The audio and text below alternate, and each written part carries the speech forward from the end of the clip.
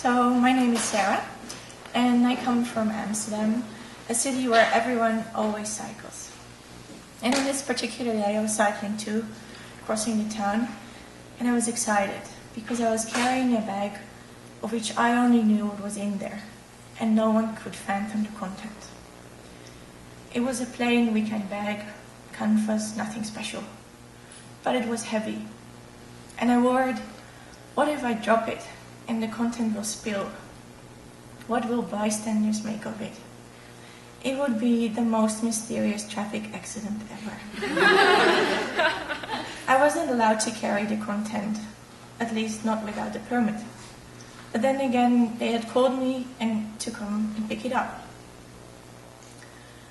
At home, I put on latex gloves, and slightly worrying about the smell and the feeling, I carefully pulled out 2 pieces of covered in wet fur. I placed them on a white piece of paper, the background for the photograph I was going to take. I was enveloped in curiosity. The fox had died recently, his eyes dark, frozen in time. A faint smell of wilderness and blood reached my nose.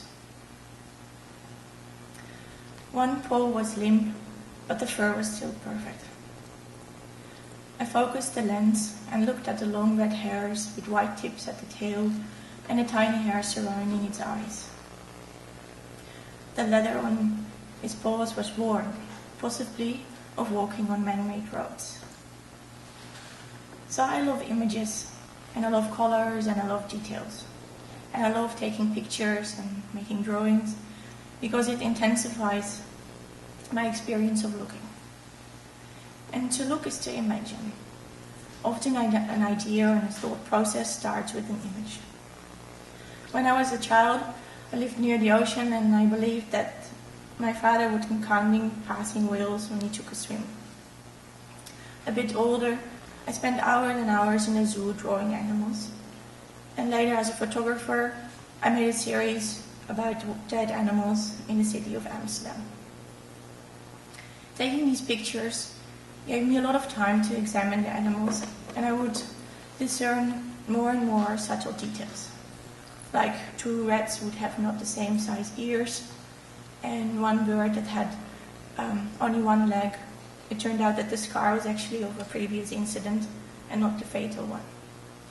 And it kept me thinking of how these animals perceive their environment, the new urban habitat, how they find their way in cities. So many biologists are great observers. Being biologized means in my language, which is Dutch, to be completely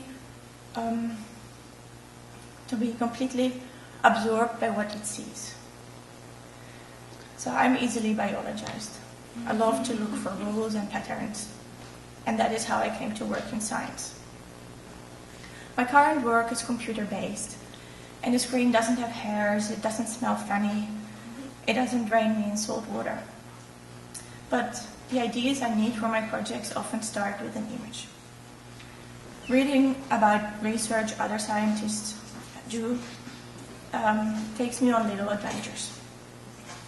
Their research tells me about this one individual fish who always passes the same rocks at full moon, or that fat squirrels can take detours while the skinny ones only have energy for the risky shortcut, or that sea turtles and whales share the same ocean highway.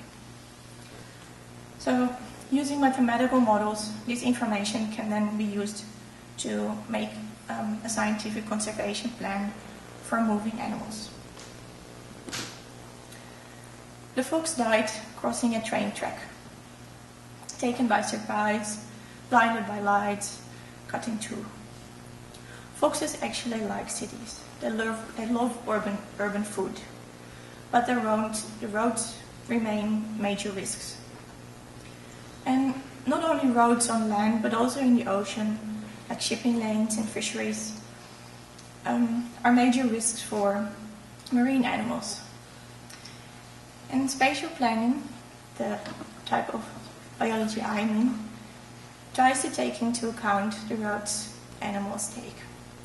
For example, If there would have been a perfect fox path in Amsterdam, the fox I photographed would maybe still be alive.